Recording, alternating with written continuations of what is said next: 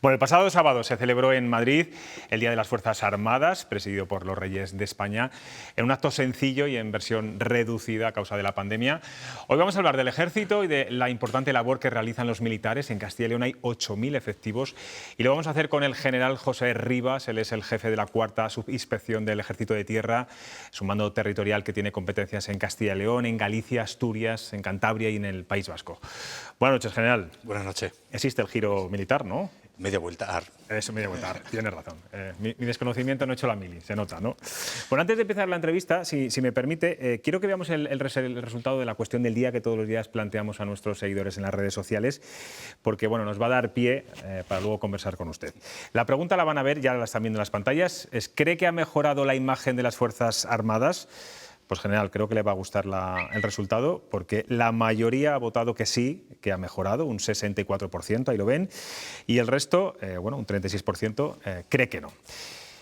Le pregunto, la labor que ha hecho el Ejército durante este año de pandemia, ante los últimos temporales que hemos sufrido, que han sido varios en este país, las recientes imágenes que hemos visto de lo que ha ocurrido en Ceuta y Melilla, ¿creen que ha mejorado la conexión con la sociedad a la que sirven?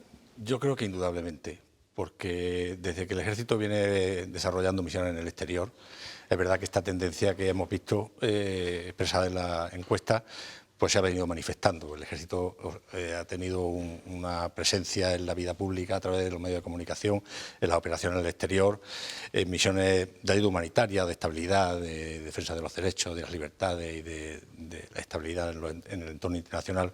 Y creo que eso ha sido pues una cuestión que ha sido muy bien acogida por el público, que ha visto que las Fuerzas Armadas pues desarrollan una misión que es palpable, ¿no?, y evidente, ¿no?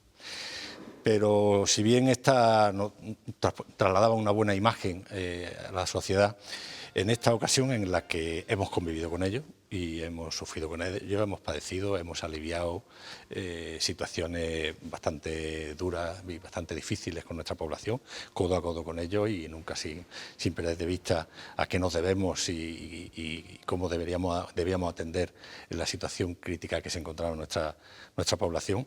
Pues yo creo que pues hemos mostrado también que compartimos con ellos y de cerca cualquier situación difícil, como esta situación de la pandemia se ha manifestado, y sobre todo en los primeros momentos en los que el desconcierto, las situaciones de incertidumbre, de no saber qué ocurría en la residencia, la desinfección, no saber cómo atajar los problemas, pues creo que nosotros, cuando aparecíamos en alguna de estas misiones, aparte de proporcionar un apoyo técnico mediante las desinfecciones o mediante ayudar a reorganizar la situación dentro de los establecimientos en los que actuábamos, o incluso de hacer algún apoyo logístico que pudiéramos llevar a cabo, pues yo que nosotros damos una sensación de tranquilidad, de serenidad, de cierto control o de cierto apoyo a esa población que estaba. Estamos viendo imágenes ahora mismo. Yo creo que la memoria colectiva va a quedar pues ese tipo de imágenes de la Unidad Militar de Emergencias de la UME. Yo no sé si es la que ha visibilizado realmente este trabajo que han hecho. Se han consagrado como nuestros salvadores, nuestra tabla de salvación ante situaciones adversas. Sí. Bueno, la UME en realidad es la Unidad Militar de Emergencias que está preparada para actuar en cualquier tipo de emergencia, ¿no?, a nivel nacional, y bueno, ya la hemos visto actuar en cualquier situación, en cualquier incidente, en invierno, en verano, en pandemia, y verdaderamente es la punta de lanza que tienen las Fuerzas Armadas para actuar de inmediato contra cualquier tipo de eventualidad de este tipo, ¿no? Si bien cuando ha sido una emergencia como este tipo a nivel nacional, pues la punta de lanza tenía que continuar con una fuerza que viniera detrás, reforzando y colaborando a esa acción que habían empezado, y esa es la reacción que hemos tenido todas las Fuerzas Armadas detrás del primer impulso de la UME, ¿no? Pero efectivamente ellos marcan siempre la primera pauta. Ellos tienen al personal perfectamente preparado e instruido para afrontar cualquier tipo de eventualidad, y además ellos luego nos marcan los procedimientos que hay que actuar, puesto que son procedimientos normalmente de trabajo en emergencia, que son situaciones muy específicas en las que las unidades militares, como estamos organizadas y preparadas para recibir cualquier tipo de formación y equipadas para participar en cualquier acción que se nos requiera, pero lógicamente no tenemos el grado de especialización que tienen ellos, ¿no? Hablaba antes de las operaciones en el exterior. El pasado 13 de mayo España retiró las últimas tropas de Afganistán y puso fin a una misión de casi 20 años, la más larga de la historia. Es verdad, sin que se consiguiera que la violencia se eliminara de este país. Yo no sé si se quedaron con un mal sabor de boca por no haberlo conseguido. Bueno, yo entiendo que los últimos acuerdos que se firmaron, que se espera que se respeten, pues son unos acuerdos en los que se espera que las partes pongan de su parte en un diálogo que permita la reconstrucción del país con la vigilancia de la comunidad internacional, que seguirá poniendo un ojo en Afganistán, puesto que de la estabilidad de cualquier parte del mundo dependen los intereses del resto de los países del entorno internacional, ¿no? Creo que de un tiempo a esta parte se ha apostado porque los países, con la ayuda de la comunidad internacional, pues sean capaces de ir encontrando su propia solución, ¿no? De hecho, el carácter de las misiones que inicialmente empezábamos, pues eran misiones de interposición o misiones de separación de bandos, y ahora fundamentalmente pues estamos trabajando en misiones o bien de disuasión o bien de entrenamiento de las fuerzas de un Están, país. de hecho, ahora mismo están en el Líbano, están en Bosnia, están en Mali. Le quería preguntar, este tipo de misiones internacionales también refuerza la marca España, ¿no? Sin lugar a dudas. La OTAN, en el ámbito internacional, en Europa, la Comunidad Europea, que son normalmente, y las Naciones Unidas, que son los sponsors de estas misiones, pues el ejército español tiene un gran prestigio, puesto que nuestras participaciones van avaladas por una buena gestión de las misiones en las áreas que nos encomiendan y de los cometidos que nos proponen, ¿no?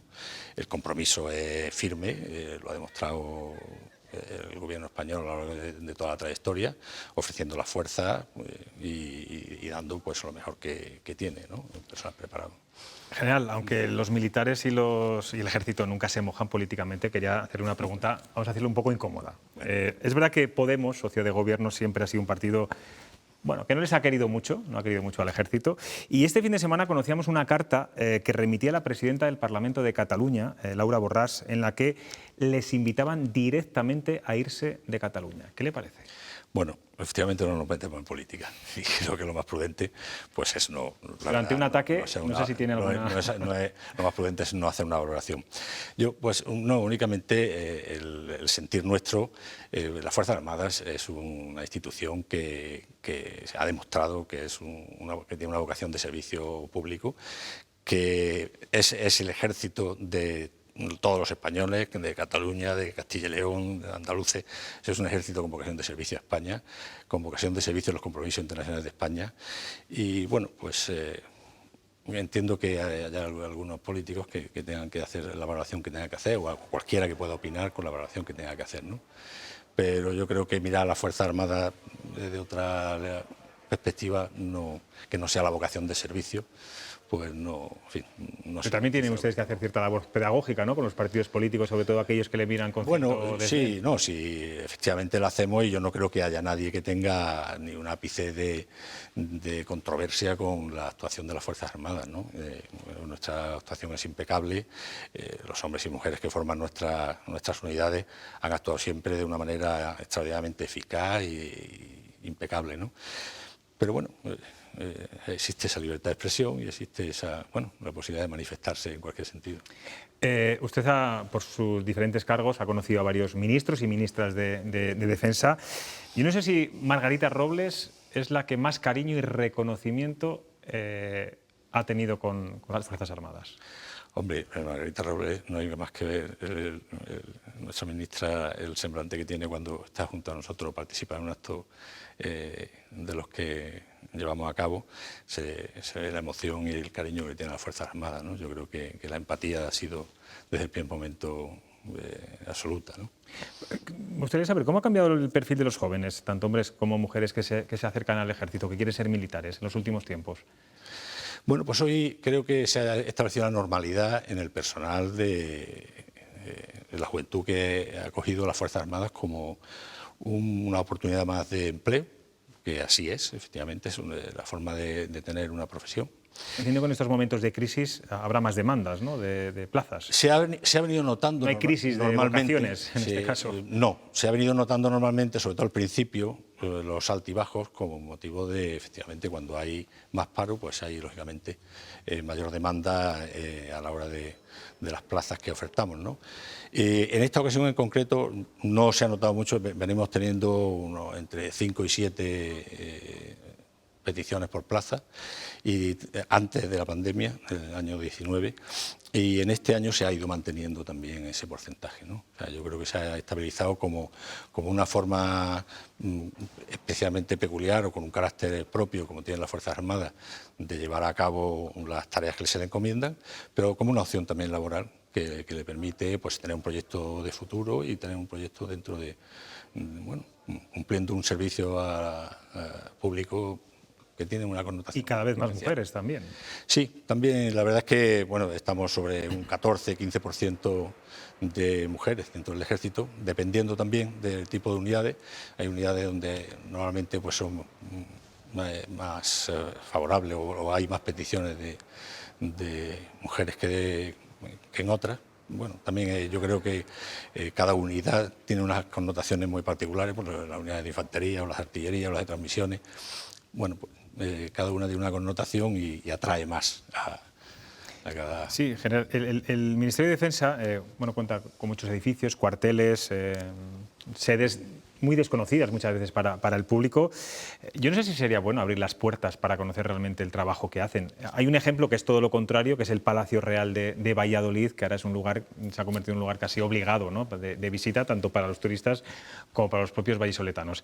¿Habría que abrir más las puertas de lo que donde ustedes trabajan para que nos lo muestren? Nosotros tenemos las puertas abiertas, de hecho, existen jornadas de puertas abiertas, existen jornadas de colegio, existen jornadas de colectivo, en todas las unidades del Ejército, ya no solo en un sitio como el Palacio Real, que aparte de que haya una unidad militar que cumple con su función, pues es un edificio de una importancia histórica extraordinaria y, bueno, pues uno de los edificios más importantes de Valladolid y donde ha sido sede de la corte en la época dorada del Imperio Español y la época dorada de Valladolid, ¿no?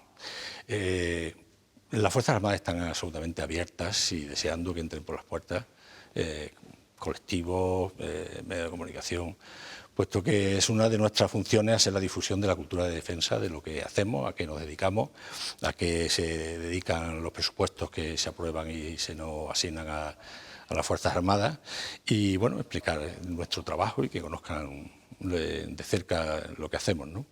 Y en relación con los edificios históricos, sí es cierto que, bueno, el Ejército ha ido ocupando, como el caso del Palacio Real, ha ido ocupando históricamente edificios pues, que ya tienen un marcado carácter castrense, porque ha sido así, ¿no? El Palacio Real se conoce por capitanía en lugar de conocerse por el Palacio Real, ¿no? Y bueno, pues esos edificios hay que tratarlo de forma especial porque hay que ponerlo a disposición del público para que conozcan esa importancia que desde el punto de vista cultural tiene nuestro patrimonio, ¿no? Vamos a trasladar la entrevista a la mesa. Tenemos aquí hasta un reservista, ¿eh? O sea que... Voy a empezar contigo, Alejandro, que algo sabes de todo esto. Bueno, yo lo primero quería aprovechar para manifestarle mi agradecimiento, pero no como reservista, sino como director del Museo de la Evolución Humana y del Sistema Atapuerca al Ejército, porque una de las cosas muy desconocidas es la gran labor que hace el Ejército en la protección de determinados espacios naturales. Desde luego Atapuerca es uno de ellos y probablemente uno de los más destacados, tanto la protección de los yacimientos como el desarrollo de las excavaciones arqueológicas en los yacimientos. Quien inició todas las labores logísticas de apoyo al equipo investigador ha sido siempre, hay una base muy cercana, que yo lo cuento a todas las personas que nos están viendo, que es la base militar de Castrello del Val, que siempre se ha volcado en esa campaña de investigación. Luego, junto con el agradecimiento, la duda. ¿Cómo es posible que con lo mucho que hace el Ejército, con la gran valoración que ha obtenido y que refrenda su labor en estos últimos años, sin embargo, hablar de gasto militar, inversión en defensa, siga siendo impopular? Bueno, creo que efectivamente el gasto de defensa no es un gasto popular, puesto que Si nos vamos a las últimas consecuencias de la aplicación de los medios militares, pues no es popular, ¿no? O sea, hay que tener claro que la inversión en defensa hay que mirarla desde un punto de vista de una necesidad que tiene toda nación de tener una garantía de seguridad, ¿no? Entonces, bueno, pues en los mismos términos que se invierten partidas en otras inversiones necesarias para la vida y el funcionamiento de una nación, pues la seguridad es una de ellas. Una de ellas y además de la que depende en mucho grado la supervivencia de la nación, ¿no? Entonces, creo que el gasto que se produce en el ámbito de defensa pues es una inversión en seguridad que, por otra parte, dinamiza de alguna manera también la economía del país, ¿no? Pues existe una industria de defensa que tiene determinada actividad económica, pues nosotros mismos, nuestra estancia en Castilla y León, pues proporciona más de 200 millones de entradas en la economía de Castilla y León, con el impacto que produce tanto las propias nóminas como los contratos de bienes y servicios que se hacen, como las inversiones, como todo el gasto que se produce en la vida y funcionamiento de nuestras unidades, ¿no? Entonces, bueno, creo que los parámetros de un Estado hay que entenderlo, que se necesitan unos presupuestos de defensa, porque de ahí puede depender en determinado grado la seguridad del país. Y lo que sí debemos hacer es la labor didáctica de enseñar qué hacemos, ¿no? O sea, creo que precisamente por eso hablábamos de esas jornadas de puertas abiertas, de esa posibilidad de hacer la difusión de la cultura de defensa, que es uno de los compromisos que el Ministerio de Defensa tiene y que pone toda la maquinaria de la oficina de comunicación y de todas las actividades de comunicación que podemos hacer para dar a conocer cuál es la función de las Fuerzas Armadas, qué hacemos y cuáles son los beneficios de nuestra función, ¿no? Y yo creo que es ahí donde hay que hacer, no cuestionarse el presupuesto, sino efectivamente conocer en qué lo empleamos y cuáles son los beneficios de tener una inversión en seguridad. Ana. Buenas noches, general. Usted ha hablado del orgullo que manifiesta y que todos hemos apreciado en la ministra Margarita Robles cuando habla del ejército, cuando asiste a algún acto en el que con el ejército, que es el orgullo que sentimos, yo creo que millones de españoles que año tras año nos sentamos frente al televisor para ver el desfile de las Fuerzas Armadas, ¿no? Usted se siente, ya sé que no quiere entrar en temas políticos, pero siente el respaldo de la máxima cabeza de este gobierno, ¿no? Del presidente del gobierno, cuando se ha celebrado el Día de las Fuerzas Armadas. Bueno, yo vuelvo a repetir, vamos, no son valoraciones políticas, pero creo que es evidente, ¿no? El apoyo que siente por parte de la central del Ministerio se tiene en las Fuerzas Armadas, ¿no? Nosotros ha estado siempre en nuestros actos, ha estado siempre en primera línea representando en cualquier ceremonial importante. Sí, pero el presidente del gobierno. Bueno, yo creo que el gabinete es el gabinete, ¿no? O sea, nosotros creo que no podemos, con independencia de que sea una valoración política o no, que no nos corresponde, yo creo que la evidencia está en que tenemos un respaldo, el mero hecho de que estemos empleándonos de esta manera, pues yo creo que se nos está considerando como una herramienta del Estado, que es verdaderamente lo que somos y para lo que estamos, para afrontar situaciones en las que el país nos necesita y allí tenemos esas capacidades para ponerlas a su servicio, y se nos está empleando sin ningún complejo y sin ningún aspaviento, ¿no? Yo creo que eso, más respaldo que eso, pues no podemos esperar, ¿no? Luis Jaramillo. Buenas noches, general. A mí primero me gustaría decir que hay que reconocer al general Rivas el trabajo que ha venido realizando en sus responsabilidades aquí en esta zona, en la cuarta subinspección, porque el esfuerzo que él ha hecho por abrir las puertas del ejército, como bien decía Alejandro, y por implicar al ejército en las cosas de la ciudad, lo hemos visto manifestado posiblemente como el mayor exponente en el Palacio Real, que hoy el Palacio Real de Valladolid, que para muchos antes era un gran edificio, pero muy desconocido, hoy es sede de exposiciones, sede lugar de actos públicos. Allí se celebran actos muy destacados de la ciudad, de orden militar y de orden no militar, de orden fundamentalmente cultural. Incluso el general ha logrado implicar al propio ejército con la Semana Santa de Valladolid, porque deja una procesión, que es la procesión del Sábado de Pasión con el Cristo del Polvorín, que se encuentra en la capilla del Palacio Real. Y ahora ya quisiera preguntarle, general, usted tiene mando sobre 8.000 mujeres y hombres en su cuarta subinspección. Hacen misiones, trabajan en labores humanitarias, la UME. pero esta es una actividad de 24 horas al día, 365 días al año. ¿Qué hacen al resto del tiempo ustedes? Bueno, el ejército está estructurado como una gran empresa capaz de funcionar y trabajar y sobrevivir con nuestros propios medios. Y para ello necesitamos una fuerza ejecutiva, que son las fuerzas operativas, las fuerzas, como se denominan vulgarmente, las unidades operativas, que son las encargadas de llevar a cabo las misiones. Y luego tenemos otro gran elemento, que es el apoyo a la fuerza, que está todo lo que se necesita para preparar a esa fuerza y tenerla en condiciones de operar cuando se le requiera, ¿no? Entonces, tanto por una parte como por otra, a diario prácticamente pues tenemos una continua batalla con la consecución de nuestros objetivos, ¿no? Por una parte, la fuerza se está preparando cada día en función de los ciclos de disponibilidad en los que se encuentran. Pues llevamos un ciclo de rotaciones para participación en misiones y prepararnos para dispositivos de alerta, y tenemos unos ciclos de preparación.